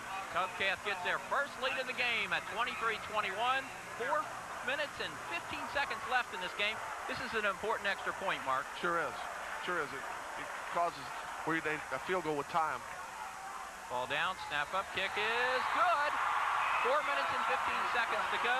Covington Catholic with their first lead of the contest at 24-21. And Mark, as we look at the timeouts, Covcath still has all 3 remaining. Bowling Green forced to use 2 on defense, only 1 left. Right. Now Bowling Green, they're not in the state finals for anything. They're going to come back here and be ready to go. Okay, we'll be back. Covcath up 24-21 right after this. Mark Getz and yours truly, Don Weber. 4 minutes, 15 seconds left. Covcath has just taken a 24-21 lead. Farro approaches the ball. There's the kick, and it's fielded by one of the up men at the 30. He's out to about the 39-yard line, and that was Brian Chafee, one of the up men. So Bowling Green starting out in excellent field position. Great Mark. field position. Like I was saying before the break, Bowling Green, they got here because they're a great football team. And they have plenty of time. They don't need to panic. They can still go with the fullback and run the option and move the ball down the field. And they've been doing that. They did it that first drive very effectively. Here's the Purples at their own 39, and they give to Harpool, and he gets 6 yards to the 45. Nice run by Brian, cutting it back against the grain there. You just get the feeling that this one is going to go down to the wire. 2 pretty good football teams. We thought they were evenly matched before the game. Bowling Green 2nd and 4 at their own 45. 3.5 minutes to go. Colonels leading the Purples 24-21. And here's Wiesemann on the carry, and he's short of the first down by about a yard or 2. Pretty good option responsibility there. Option coverage for the outside linebacker in the corner coming up. And a 3rd down and maybe a little over a yard. Bowling Green at the 47-yard line. 3rd down and a long yard for the Purples, and they've just called their final timeout.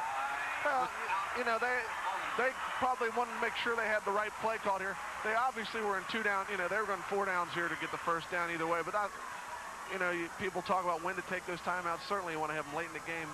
But you want to make sure that you've got the right call on here.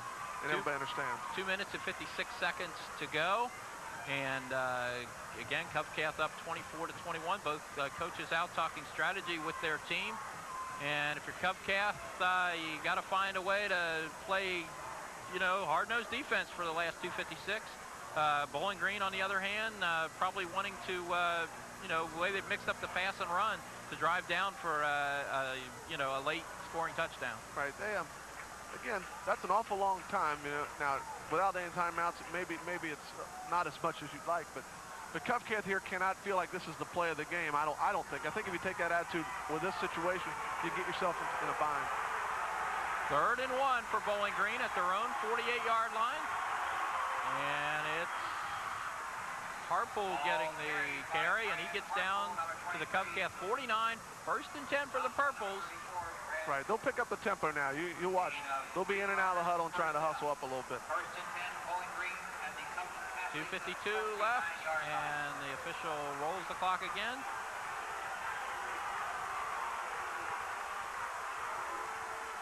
Bootleg pass. Wiesemann looking to throw the ball. Now he's going to run, and he gets down to the 46-yard line. So a gain of about 3 on the carry. Jeff Wiesemann really came off the block there. He had contained, and then the quarterback turned it up. He had to come off the block and disengage and still make the play. That's tough when the quarterback's out there like that. Those are tough to defend. Second down and 7 for Bowling Green at the Covcat 46. The pitch, and number 34, Gurley running with it, and a great effort there as he gets all the way down to about the 36-yard line. Here you can see it's a quick pitch to the right side. Again, they're getting there. They just have more speed than Covcat. Breaks a couple tackles, and it shows some good determination there. Great effort to the 35, and it's 1st and 10 for Bowling Green. 2:05 left in this game. Quick pitch the other way. Pitch to Harpool. He's tripped up and was still able to get about 2 or 3 yards. And we've got Wes Wright on the sideline. Wes, what's going on? Guys, this is nail-biting time for coaches and players and fans and wives of coaches, including Joan Ray, wife of the head coach of Covington Catholic. You're not biting your nails now. They're already gone. You were just getting set to go down on the field for what you hope is a celebration, and she's grabbing. They gotta get Big Ox. They got him. All right. I hope Covington Catholic prevails, or else I'm going to get squeezed to death here. You are going to get hugged to death. Back upstairs, guys. Boy, the Big Ox, I don't think... She is their biggest fan. Always has been, always will. Well, Bowling Green facing a big 3rd and 2 here. 1:18 left in the game and the clock rolling. They're on the Covcat 26. Wiesemann going back to pass. He throws wide open. It is caught by Gurley at the 14, or at the 15-yard line. It's a nice play call. The play action kept the linebacker from getting to the flat, and 34 was able to get out past into the flat before a linebacker could get there. Nice play. Well, here we go. 1:07, 1:06, the clock running. Bowling Green on the Covcat 15, 1st and 10. And there's the pitch to Gurley. He gets to the 10, inside the 10 to about the 9. Bowling Green effectively running the football here. There, just a quick pitch again. They've been making a living on this drive. You know, Don, have we seen a flag today? Have I think we had one delay game, and right. Basically a penalty-free game. 2nd and 4, the ball on the 9. 30 seconds in the clock running in this contest. Going that same play. Wiesemann back to pass, firing to the end zone. Incomplete. Good coverage. Coverage there by Sean Oliver. And Jeff Schumacher. Jeff's their only returning starter from last year's defensive team. 25 seconds to go. There's a couple things Bowling Green can do here. They can run the quick pitch into the boundary or into the short side and tell him if he can't get in, get out of bounds. But they're close to being to the point where they got to throw it every down here. 3rd and 4 for Bowling Green. They're on the Covcat 9. Here's the carry by Johnson. Gets down to the 5, and he may be close as far as 1st down. The clock is running, Mark. Right. They should ask for a measurement there. That would stop the clock, but less than 10, 9, 8, 7. This is probably going to be the last play of the game. Wiesemann hands to Johnson. Covcat stops him, but they've got the 1st down, and there's 2 seconds left on the clock. As soon as the chains are set, the clock will run here. Clock will run. So can Bowling Green They're not going to get a playoff. Get a playoff. I don't think they can get a playoff. The clock runs out, and the Covington Catholic Colonels have defeated the Bowling Green Purples 24-21. What a ball game, and what great, both teams did a great job down here at the end of the game. Bowling Green moving the ball down there, maybe obviously not having a timeout to put them in a bind, you know, but they did move the ball down there, and they went to their stud when down there on the last play. We talked about it, and Johnson, the big boy, was getting a ton of yards. They stopped him when they had to, Mark. The linebackers really stepped up there and made a great play. I'll tell you, that was a great football team. Bowling Green's got a great football team, and it's a great football game. Covington Catholic, I think they can take solace, and they beat as you say, a great football team. I think a lot better team than Lincoln County was last year. Yes, sir. Yes, sir. I'll tell you, what a game. Unbelievable. There you see the celebration on the field as Covington Catholic wins back-to-back state championships, and Mark, the Colonels 4 for 4 in 3A State Championship They don't game. lose in here. We'll be back with all the celebration on the field right after this as Covington wins the 3A State Championship game.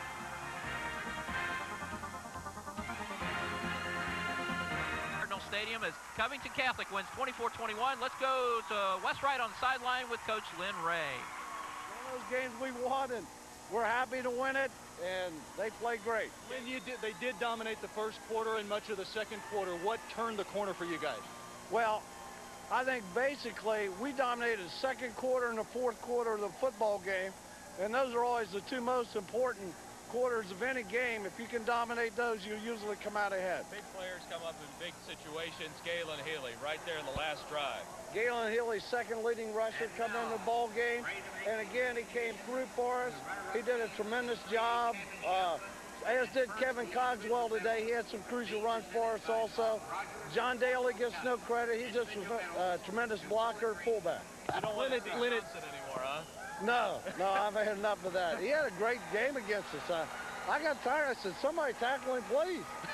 Let me ask you, great coaching strategy in terms of towards the end of the first half, you forced them into a turnover, got a long field goal, and really that's the difference in the game. Yeah, I guess so. I don't know whether it's great coaching strategy or not, but it worked, and that's all that really counts. Lynn, it didn't seem big at the time, but what about the decision to go for the touchdown on the fake field goal? Oh, there wasn't any doubt about that. Sometimes they call me a gambler, and basically I am a gambler. We came here to win, and that's what we were going to try and do. And the gamble paid off today. Covington Catholic head coach Lynn Ray celebrating on the field as well as the rest of the Colonels. 24-21, a Class 3A State Championship, back-to-back again for Covington Catholic. We'll have more from on the field in just a minute. Back upstairs. Don? Okay, Wes, thank you very much. You'll have more interviews in just a minute. Here, as we go to the field, Covington Catholic about to go out and accept their second straight 3A State title from Dayton Athletic Director Stan Steidel. And that's got to be a fun walk for those gentlemen, Mark. This team was 1-4 at one point in the season. Bowling Green has nothing to be ashamed of. They played a great game today and had a great season. Both teams, you know, they came and did everything they could to win the game. One team had to finish on top. Of course, the seniors out there, and here's the trophy presentation. And they're just Stan Steidel presenting the trophy, and these guys will remember this all their lives. They sure will.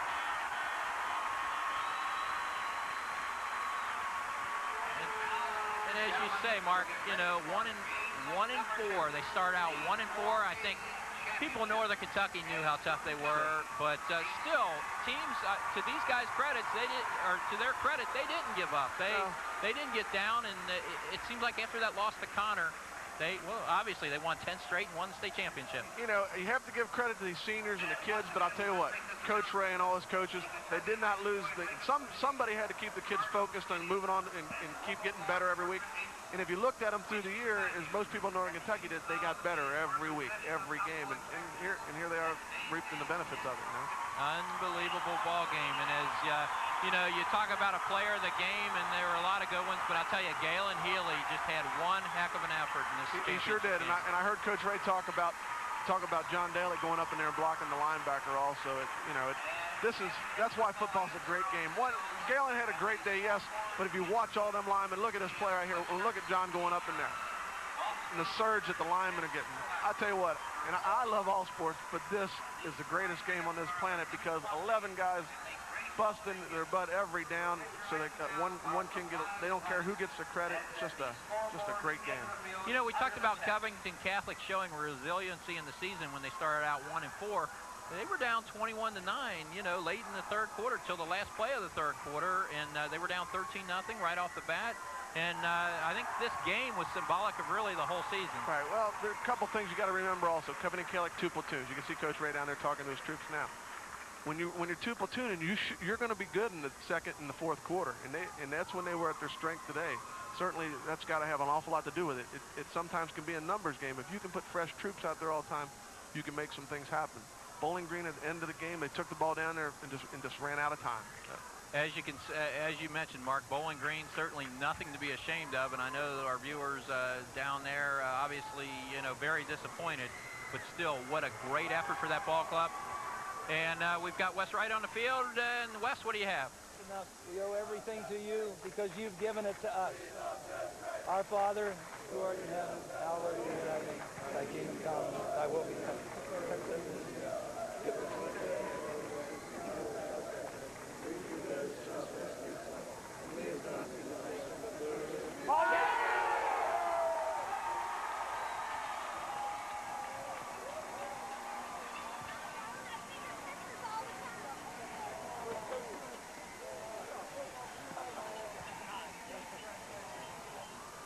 Plenty of the Colonel ball players.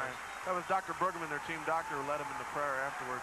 That's something of a tradition. It's done at every Covcast game. Right. Dr. Brooks has been there forever. He was there for the 0-10 teams. He's been there for every state championship team. That's something you got to remember about Covington Catholic also. He stuck with them. Coach Ray stuck with them when they were 0-10, 1-10, 3-8, and they've just gotten better through the years. And really, probably, Beechwood, the dominating team in A, but Covcast, and really you look at A, a lot of good ball clubs up there, but you look over the last 7 or 8 years, and they've, Highlands have won a couple state championships, and there have been some good teams, but they've been tough. We got Wes Wright, and he's got somebody on the sideline. Wes, who do you got to talk to? Kevin Cogswell, who quarterbacked the Colonels to this Class 3A state championship back-to-back. You didn't have the lead all game, as I recall, until it counted. Yeah, we were kind of down at the start in the first half, and at halftime after that field goal, we were moving the ball pretty well, and we just kind of ran out of time, and we went into halftime, and offensively, we knew we could move the ball on them. It was just a matter of execution. In the second half, our execution really stepped up, and we were able to drive the ball down the field on them and score in key situations. Coach Ray said he was happy with the way you guys got things on track offensively and defensively in the second and fourth quarters. Bowling Green dominated the first quarter. Then they had that one good drive in the third quarter. What kind of adjustments did you all make in the locker room at halftime or after those drives that really nailed down the state championship? Defensively, they just wanted the defensive ends to get more pressure on the ends. They were releasing, getting too good of shots on our linebackers. That's a big change we made defensively. Offensively, we really didn't make any changes. It was just a matter of execution. Our execution kind of stepped up in them situations, and we were able to drive down and score on them. What kicks in when you're down by less than a touchdown and there's 5 or 6 minutes left to go in the game? You start. For me, I was just thinking about all that hard work and time I put in for 4 years, and I didn't want to go out a loser. I just wanted to go down and leave Covington Catholic champion. All right, congratulations. Thanks a lot. Kevin Cogswell, Covington Catholic state champion quarterback for the second year in a row. We will be back. In fact, let's go back up to the booth. Don? All right, thank you, Wes. And I'll tell you what, just a terrific ball game. And I guess when you cover state championship games, you kind of hope they are good ball games. And rarely do you get a blowout. And we thought going into this game it was going to be close, but I don't know if we thought it'd be this close. Right, it was a great football game. And I'll tell you, Kevin Cogswell probably doesn't get enough credit. He's not a natural quarterback. Everybody knows that, but he made some great plays for him all year, and especially today. We've got more here from Cardinal Stadium right after this as Covcath has defeated Bowling Green 24-21. Covcath fan as the Colonels celebrating their 24-21 win over Bowling Green to win their second consecutive 3A state title, their fourth overall. Wes Wright's on the field, and he's got our star of the game. Wes? All right, guys, back on the field with Galen Healey, who scored the game-winning touchdown, the touchdown that put Covington Catholic ahead for the first time in the game. I'm trying to recall that off the top of my head. I think that's true. And, of course, that's the time that counts. Your thoughts on being back-to-back state champions for the second time in school history? It feels great. For last year, it wasn't, it was a big deal, but seniors got most of the credit this year. All my friends are seniors, and it's just greatest feeling in the world. Tell me about the game-winning touchdown. Something like 4:15 left in the game, and you had a walk into the end zone. Yeah, Adams, Zarek Hughes, and Cleem, and John Dailey just opened up a huge hole. They could have walked right in. It was great. We knew we were down. We really needed that step. We had to step up, and we came through. All right, thanks a lot, Galen. Congratulations. Let's join the celebration now. We're going to wave Sean Oliver over here, Covington Catholic wide receiver who caught some key passes, some clutch passes today. What was going through your mind as you got to the fourth quarter? You were behind, and Covington Catholic have been behind the whole game. Winds down 6 minutes, 5 minutes, and you're on a drive that would win the game, but you didn't know it at that time. Does adrenaline kick in? Adrenaline does. Our endurance does. We run every day after practice. I felt that we just wore them down, and we got the job done. Tell me about you caught a couple of key second and third down passes today. I caught two key down first down passes. That kept our drive going down at the end of half. We came down and got a field goal out of it. What kind of adjustments did you guys make? You were shut down completely in the first quarter, your first 2 drives, not a first down. Then you put together one good drive late in the second quarter, got the offense on track. We held our blocks longer. If we held our blocks longer, because we had hit them, and the defensive players would slip off, we just held them longer and got through the holes. All right, we'll let you join the celebration. Thanks, Sean. Right, thank you. Sean Oliver, Covington Catholic wide receiver, as the Class 4A game is just a few minutes away from beginning, and we're going to wrap things up here from Cardinal Stadium in Louisville, at least for here down on the field. Covington Catholic state champions, back-to-back for the second time in school history.